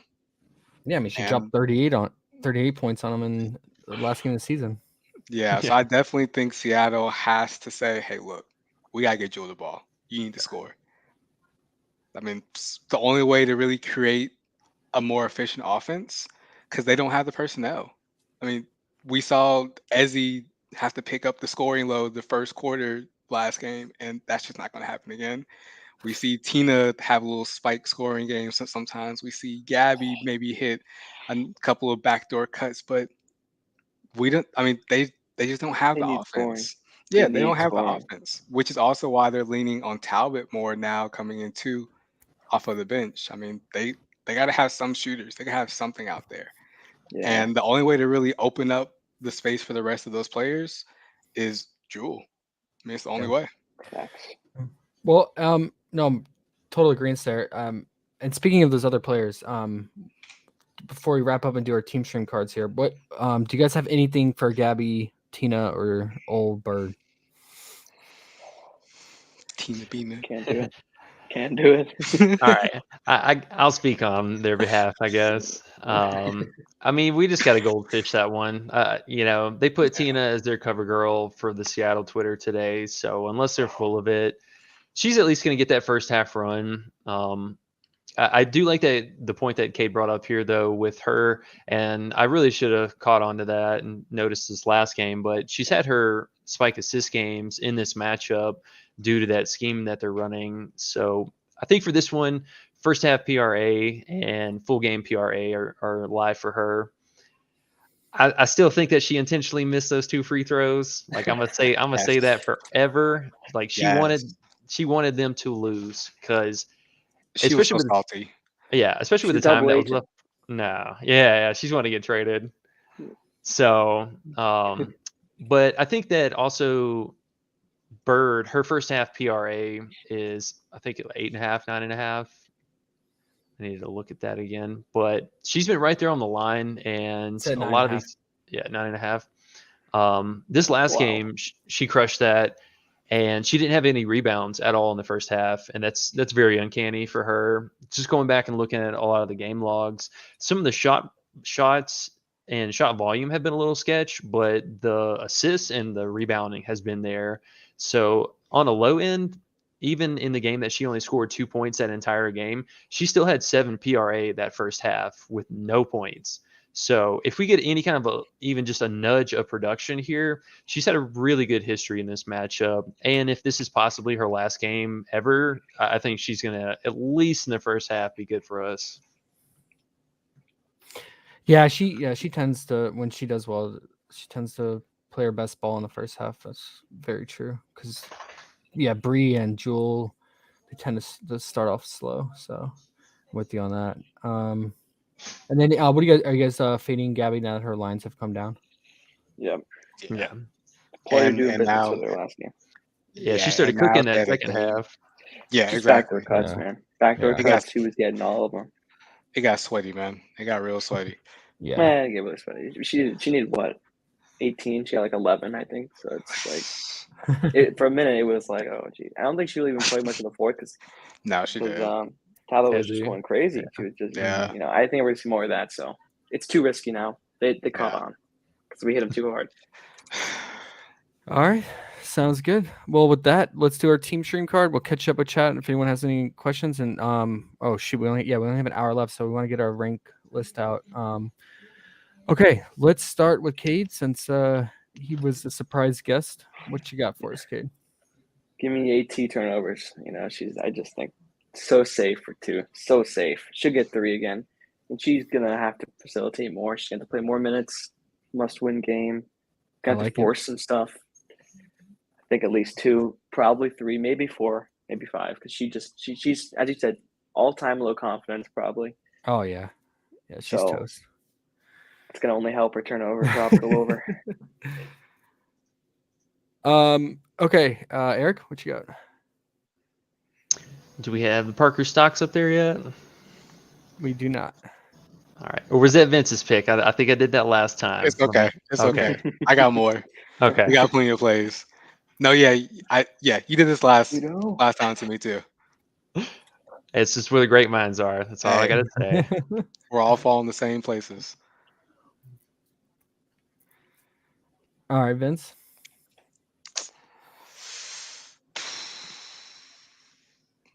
Give me Asia. Hey, she's from Colombia, where I'm from. Okay. I got her rep. Okay. I got her rep.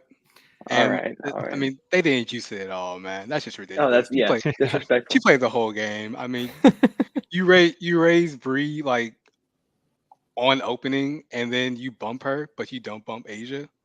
Doesn't make any sense. Facts. She'll be bumped soon. Soon. Oh yeah. Oh man, I would run it back with you with Breeze Fantasy. I mean, but I got juice. But I mean, 0.5. Last time I said that, it was about KD and he cost me about 5K. So I'll probably go with let's see what kind of correlation we got going here. Okay, I'll go with either Emma prop or Bree or Jewel here, depending on what we want for the 5th pick.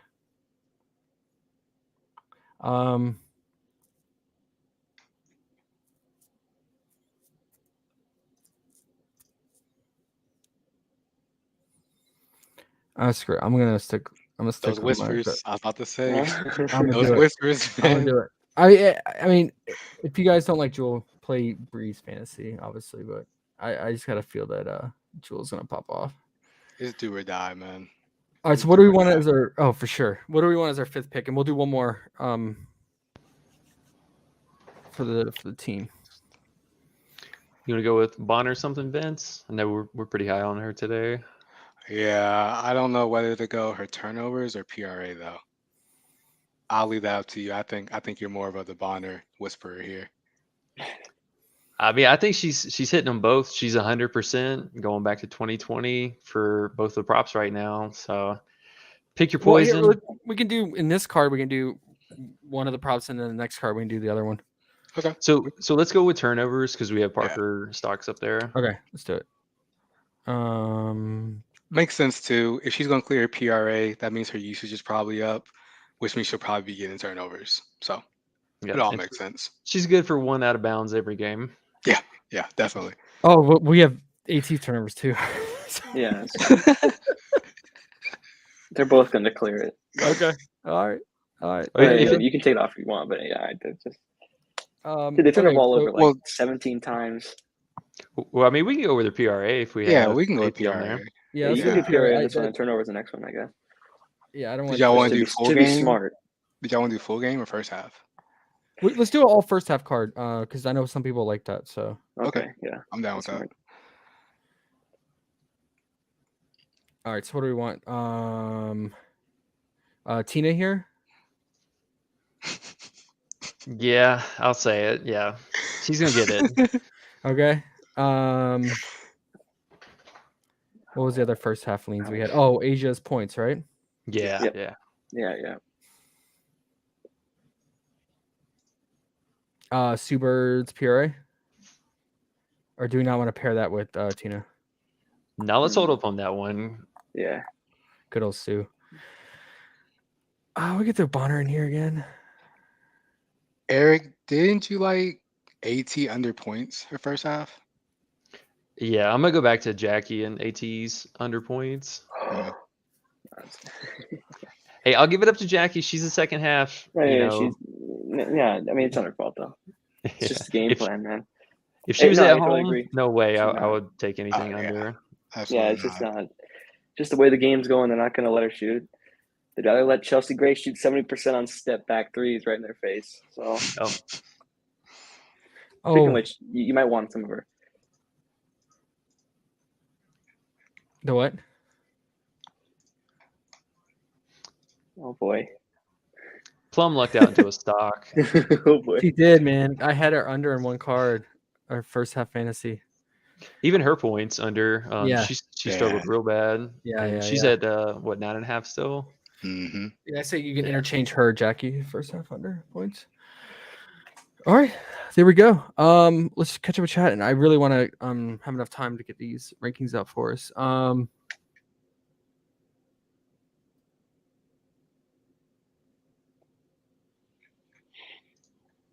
Someone asked about Gabby. OBS about Gabby stocks at 1.5. It makes sense. Me and Gabby sucks, man. We don't get along. We don't get along. It's just if you really think that Seattle needs that offensive push from Talbot, Gabby could lose her minutes again. So that's my only concern there. But what is Gabby doing out there? I mean, first half she was a total ghost. Yeah, I mean, definitely. And Talbot can run a backdoor cut too. It's not like it's anything special. She's a much better shooter as well. I know we got a lot of Gabby fans in here. So I love Gabby, man. Oh, I know you do. I know you Jeremy Williams, I wonder if this is J-Dogs. He says, I can't wait for some population merch. If you can make a milk truck Dolson hoodie, you have a guaranteed buy. No. Yeah. All right. We'll maybe make a special one for you. Oh, God. Hey, Randy, what up? If we're thinking Jewel has a good game, maybe her free throws. Yeah, I was looking at that too. It kind of caught my eye there towards the end. Yeah, when her shot's not falling, she will try to get to the line. And also, if we think that Seattle's holding a lead towards the end, maybe she can pick up some icing free throws too. We the fifth said, is Candace Parker 10 rebounds a lock? Her rebounds, man, either she smashes or she takes a back seat and focuses on scoring. So I'm not. I could be wrong, but I think she only missed in the series. That one game, it was a complete blowout. She kind of sat like the whole second half. I think. So I think it's a decent pick. Yeah, they over adjusted from that game as a blowout, and they're bringing it back up a bit. I still think it's pretty good at 10. Should get 10, especially if it's a close game, like almost every game has been in that series. Even going back to the regular season, yeah, she should be fine. Yeah, but I wouldn't call it lock by any means. Todd said, what's the first half slip? My screen is blurry. Oh, sorry. You might have to change the resolution on the YouTube settings, but I'll just read it off to you. We have Tina over 12.5 PRA, Asia over 10.5 points, Dewana Boner over 10.5 PRA, Jackie Young under 7.5 points, and Alicia Thomas under 6.5 points. Honorable mention, Kelsey Plum under 9.5 points instead of Jackie if you want to interchange and run multiple cards. Real quick, if you guys have time, what are the best 5 underdog plays we can give the fam? Just give it a look. A lot of their lines are pretty close. There was a rival between Copper and AT. I think we like Copper points in that one. Yeah. That I remember. Let's see. Emma PRA, it's there. Let's see. They have 2.0 turnovers on there for AT, so that's obviously one I would go with. If we're going with our Honor game is 1.5. again, You want they that? have Lloyd. They have Lloyd versus Plum again. 1.5 points towards Lloyd. So yeah, Lloyd same sort of lines here on underdog. Yeah. But for a 5, man, Sue's at 2 threes. I mean, Do I see her getting 3 threes? I don't know. Yeah. Yeah, it might be a little over adjusted, but yeah, I mean it's the last game, so I don't know if I want to bet against her. But Yeah, the last game effect. Yeah. I just if you didn't watch the whole stream, just go back what we talk about and players we like. If there's any rivals that are like players we like versus players we didn't like, for unders and stuff like that. So maybe that would be the best course of action there. Yeah. But a lot of the lines are the same, so I think you could translate some of this stuff. Okay. Very Good. similar. Dog, Yeah, so. very similar. Yeah. Usually there's a pretty decent Yeah. gap, but Yeah. I think we're good today. All right. Cool. Gonna get out of here. Want to get our rankings to our Discord and as well as to all of our Twitters. Look out for Eric's on You Made It Happen on Twitter, and then Cade at Cade Bets. And Vince, I don't know. Are you I'm posting just anything? Tito. I'm just Tito. Yeah. And Comment Tito. yeah, comment Tito. And He's a Tito, common we one. trust, man. NBA season though. NBA season, I'll start Yeah. posting Oh, content. for sure. For sure. You Give him got a to. follow though. Give him a follow. Eric, did you post a video today? Nah, because I knew we were gonna get late stuff before Okay, we kick off. okay. Well, going forward in the future, look out for Eric's YouTube channel at Eric's Prop Stop. He posts usually daily videos, his early favorite plays, like top 5 usually. And then if we get a game 5 in both games, we'll be back. When is it? Friday? Thursday. Already? Wow. Okay. Yeah, it's a short turnaround this week. Quick turnaround, yeah.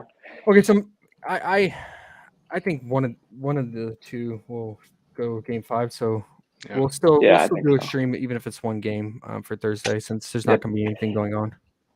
Yeah, so he said we got some new faces in here. Got some new faces. Give us a like, give us a subscribe. We do this quite often. We'll be doing it a lot for NBA as well. So Yeah. All right, guys. NFL Good luck, as well, everyone. I'm sure. So Feeling really good about this. We'll get our touched up, adjusted rankings based on bumps and adjusted lines. And what after going through our game by game breakdown and kind of brainstorm here, get those out and keep an eye out for those. And yeah, I'm looking forward to everyone eating tonight and sharing all the green screenshots. So really excited about that. Let's do it. Let's get Johnny, man. Let's do the heist. All right, fam. Peace. All right, fellas. peace.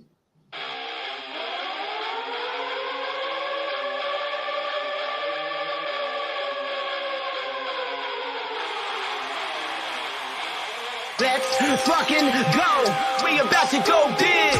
Kill him with the PrizePicks. Let's fucking go. We going out blazing. Let's get hunting. This is population. About to go big. Kill him with the PrizePicks. About to go big. Kill him with the PrizePicks. 24/7 researching, it's all a fantasy. But if I make the right plays, it pays automatically. Bankroll showing that I know it don't strategy. On a winning streak, I'm stacking a dose of the bookies, all get mad at me. Confident with power plays, not clicking on a flex today. 10 times the money, and we all about to get paid. Eric and Josh on the stream, they be killing it. Never gonna stop it, they like if you feeling it. Digging the players, they all never stop. You can't make up your mind and just go with your gut. Fantasizing Sasha Cloud, Gabby Williams said watch your mouth. They 1 and they 2, I played it over, they come through. Jackie Young and Kelsey Plum, pick them both, we stacking them. Going big to the maximum, just push them in, we cashing them. Let's fucking go, we about to go big. Kill him with the PrizePicks. Let's fucking go, we going out blazing. This is population. About to go big. Kill him with the PrizePicks. About to go big. Kill him with the PrizePicks. We about to go big. This is the game. We going out blazing. Let's get hunting. This is population.